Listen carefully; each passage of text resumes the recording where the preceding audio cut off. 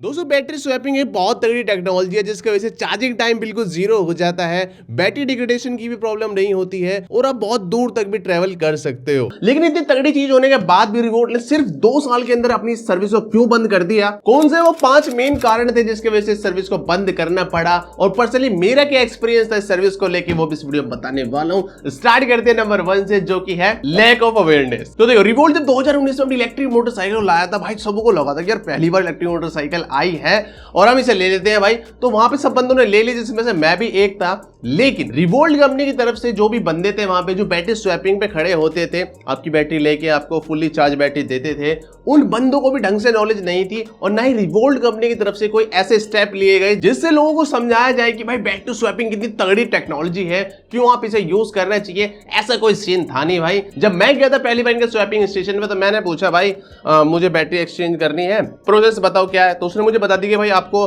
Discharge battery देनी है, fully charge मिल जाएगी। तो मैंने उससे 2 क्वेश्चन पूछे थे। पहला क्वेश्चन मेरा ये था कि भाई जो मेरी ओरिजिनल बैटरी जो मेरी बाइक के साथ आई है उसके साथ क्या होने वाला है, क्या वो मुझे कभी वापस मिलेगी या नहीं मिलेगी। दूसरा क्वेश्चन मेरा ये था कि भाई वारंटी को लेके क्या सीन रहेगा, ऐसा तो नहीं है वारंटी चेंज हो जाएगी या फिर कोई बाद में सीन शॉट होगा। सरप्राइजिंगली इस दोनों के आंसर उस बंदे के पास थे नहीं। सीधा पता लग रहा था कि भाई उस बंदे को भी ज्यादा आइडिया नहीं। हालांकि बैटरी स्वैपिंग का जो कॉन्सेप्ट था काफी सिंपल बनाया था रिवोल्ट ने। आपको अपनी डिस्चार्ज बैटरी लेके जानी है इनके सर्विस सेंटर या शोरूम पे, उसे बैटरी दे दो, वो बंदा उसे स्कैन करेगा, आपको दूसरी बैटरी स्कैन करके दे देगा। सिर्फ इतना सिंपल सा था और उस टाइम तो बिल्कुल फ्री भी था। लेकिन जो कस्टमर थे ना वो एजुकेटेड नहीं थी, उनमें अवेयरनेस नहीं थी एक्चुअल में ये है। उसका दूसरा रीजन है यहाँ पे हाई इंफ्रा कॉस्ट। जो स्वैपिंग सिस्टम नेटवर्क होता है ना, इसको लगाने की जो कॉस्ट होती है बहुत ज्यादा होती है। अगर आप मुझसे पूछोगे कि भाई एक 5 चार्जर लगाएं या फिर स्वैपिंग नेटवर्क लगाएं, कौन सा ज्यादा महंगा होगा, डेफिनेटली स्वैपिंग नेटवर्क महंगा पड़ता है। अगर मैं इसके ऊपर से आपको कॉस्ट गिना दूं, ये जो आप सफेद सा डब्बा देख रहे हो यही है भाई रिवोल्ट का स्वैपिंग स्टेशन।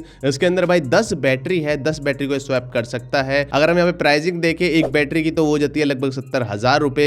10 बैटरी का हिसाब निकालोगे तो 7 लाख रुपए तो बैटरी के हो गए। उसके बाद यहाँ पे 10 चार्जर भी होंगे, एक चार्जर हमने लगा लिया 10,000 रुपए का तो हो गया सीधा 1 लाख रुपए। उसके बाद ये लोहे का डब्बा भी है, ये भी कुछ लाख रुपए का तो आए होगा, इसके भी हमने लाख रुपए लगा लिए। कुल मिला के जो पूरा स्वैपिंग स्टेशन है वो बैठ रहा है भाई 9 लाख रुपए का और ये मैंने रफ एस्टिमेट लगाया भाई, इसके ऊपर भी जा सकता है। अब ये इनिशियल कॉस्ट आई है, इसके बाद भी इसकी मेंटेनेंस कॉस्ट होगी, इसकी रनिंग कॉस्ट होगी और हाँ इनका एक स्वैपिंग वाला बंदा भी होता है, उसकी भी सैलरी 15,000 रुपए पर महीना तो होगी ही। तो कुल मिला के ये बहुत महंगा हिसाब पड़ रहा था रिवोल्ट को। चीज बढ़िया है, एकदम रापचिक चीज है, लेकिन इसमें खर्चा इतना है ना कि अब जो अगला पॉइंट है ना उसने सबसे ज्यादा इंपैक्ट डाला है रिवोल्ट के स्वैपिंग स्टेशन पे। लेकिन जो 5वां पॉइंट है उसके वजह से लोगों ने इसे यूज करना ही बंद कर दिया। उसके बाद जो अगला पॉइंट आता है वो है भाई कस्टमर का बिहेवियर और उनकी एक्सेप्टेंस। मतलब वो स्वैपिंग नेटवर्क कितना अपनाते हैं। अब देखो, जिन्होंने ये बाइक कह दी थी वो फर्स्ट जनरेशन यूजर थे, उनके लिए स्वैपिंग तो छोड़ो, इलेक्ट्रिक बाइक ही उनके लिए बहुत ज्यादा नई चीज हो जाती है। और जब उन्हें पता चला इसकी जो बैटरी है उसकी प्राइसिंग है 65 से 70 हजार रुपए, तो उन्होंने कहा ना भैया हमें कोई स्वैपिंग कुछ नहीं करनी। उन्होंने थोड़ी दूरी बना ली कि भाई 65 से 70 हजार की हमारी बैटरी है, इससे क्या होगा, इसमें कोई दिक्कत तो नहीं आ जाएगी। और इतनी महंगी चीज को वैसे भी लोग दिल से लगा के रखते हैं कि भाई ये हमारा पेट है, इसे मैं कहीं नहीं जा रहे दूंगा, स्वैपिंग छोड़ो। उसके बाद नंबर 4 पे आता है रिवोल्ट का लो प्रोडक्शन। मतलब यार ये कंपनी जब आई थी इन्होंने धड़ाके से बाइकें सेल करी थी अपनी, खूब अच्छा चल रहा था सब। लेकिन आने वाले 2-3 साल में इनकी जो प्रोडक्शन थी बहुत नीचे चली गई भाई। मतलब एक जमाना ऐसा आ गया था जिस महीने में इन्होंने भाई 100 से भी नीचे बाइक बेची थी पूरे इंडिया के अंदर। अगर आप डेटा देखो तो अप्रैल 2022 से मार्च 2023 के बीच में सिर्फ इन्होंने 12,660 बाइक्स बेची है, जो कि हो जाता है हर महीने 300 बाइक पूरे इंडिया में अगर बिक रही है वो कुछ भी नहीं होती भाई। तो ये भी एक बड़ा रीजन था, क्योंकि जितनी ज्यादा इनकी बाइकें सेल होती उतनी बड़ी इनकी कम्युनिटी बनती, बड़ा यूजर बेस बनता। उस बड़े यूजर बेस में से कुछ ऐसा पार्ट होता जो इनकी स्वैपिंग नेटवर्क को डेली यूज करते, जिसकी वजह से रिवोल्ट भी कुछ रेवेन्यू जनरेट करती अपने स्वैपिंग नेटवर्क से। इनके पास पैसे आते तो इनके पास मोटिवेशन रहती कि भाई अपने स्वैपिंग नेटवर्क को बंद नहीं करना है, ये तो अच्छा चल रहा है। लेकिन इनकी प्रोडक्शन ही लो हो गई, बाइक बिकनी बंद हो गई, जिसकी वजह से ये भी एक रीजन बन गया स्वैपिंग स्टेशन को बंद कराने का। उसके बाद नंबर 5 पे आता है स्वैपिंग चार्जर। रिवोल्ट ने फाइनली यहाँ पे एक चार्ज रख दिया कि भाई पर स्वैप अब इतने रुपए लगेंगे। इससे पहले क्या था, रिवोल्ट जब आया था 2019 में, इन्होंने साल डेढ़ साल तक स्वैपिंग को फ्री रखा, कितनी बार भी बैटरी स्वैप मारो कोई भी चार्जेस नहीं है।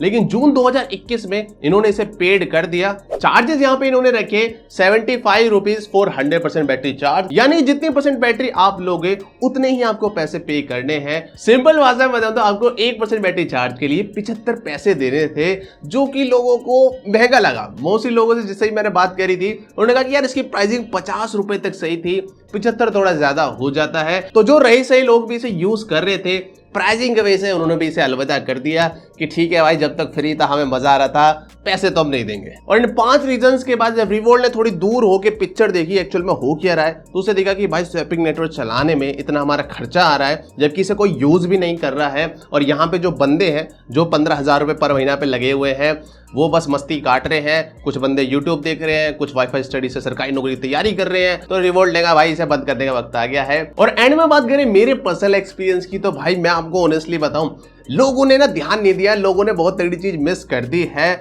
इसमें चाहे गलती रिवोल्ट वालों की भी हो, थोड़ी बहुत कस्टमर की भी है, लेकिन एक रिवोल्यूशनरी चीज से हमने हाथ धो दिया है। बहुत तगड़ी चीज थी भाई ये, क्योंकि मैं इसे जब भी यूज कर रहा था, जब ये फ्री थी और जब ये पेड हो गई, मैंने इसे जब भी यूज करा है। ये इतनी खतरनाक चीज थी भाई, एक तो आपको चार्जिंग की टेंशन लेने की जरूरत नहीं थी। सडनली कोई भी इमरजेंसी आती है, आपको उठा के बाइक भगना है, तो सीधा जाओ स्वैपिंग स्टेशन पे, 2 मिनट में आपकी बैटरी एक्सचेंज हुई और आप निकल जाओ। ईवी की जो लिमिटेशन होती है लॉन्ग डिस्टेंस जर्नी वाली, वो भी सॉल्व कर दी थी। अपने एग्जांपल देके दिखाता हूं भाई, मैं दिल्ली के दिलशाद गार्डन से अगर गुड़गांव के अंदर जाता था तो भाई वो एक तरफ से जा सकते हैं, वापस आते आते आपकी बैटरी खत्म हो जाएगी कहीं रास्ते में। लेकिन रिवोल्ट ने अपने स्वैपिंग स्टेशन को दिल्ली के चारों कोने में प्लेस करा था, उसकी वजह से इतना आसान हो गया था गुड़गांव ट्रेवल करना। अगर मैं दिलशाद गार्डन चल रहा हूं, मैं सफदरजंग पे अपनी बैटरी स्वैप करूंगा, गुड़गांव जाऊंगा, वापस आऊंगा, एक बार और एक्सचेंज मारूंगा सफदरगंज पे और सीधा अपने घर आ जाऊंगा। और यहां पे मैं हाई स्पीड की बात कर रहा हूं, लो स्पीड पे तो मे भी आप गुड़गांव से आना जाना कर लो, लेकिन हाई स्पीड में पॉसिबल नहीं होता है रिवोल्ट के लिए। ये चीज पॉसिबल हो जाती थी स्वैपिंग स्टेशन की वजह से, जो कि अब उतनी पॉसिबल नहीं है। तो यार मैं तो ऑनेस्टली मिस करता हूं, अगर ये स्वैपिंग स्टेशन की इंप्लीमेंटेशन तगड़ी तरीके से हो जाती तो बंदे भाई दिल्ली से हरिद्वार नैनीताल यूं ही निकल जाते रिवोल्ट पे। खैर अब क्या रोना, जब चिड़िया ही चुग गई खेत। आप मुझे कमेंट में बताओ, क्या रिवोल्ट को इस सर्विस को दोबारा से लाना चाहिए?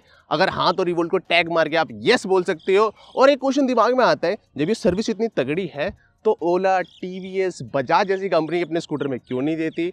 इसका जवाब छिपा है इस वीडियो में।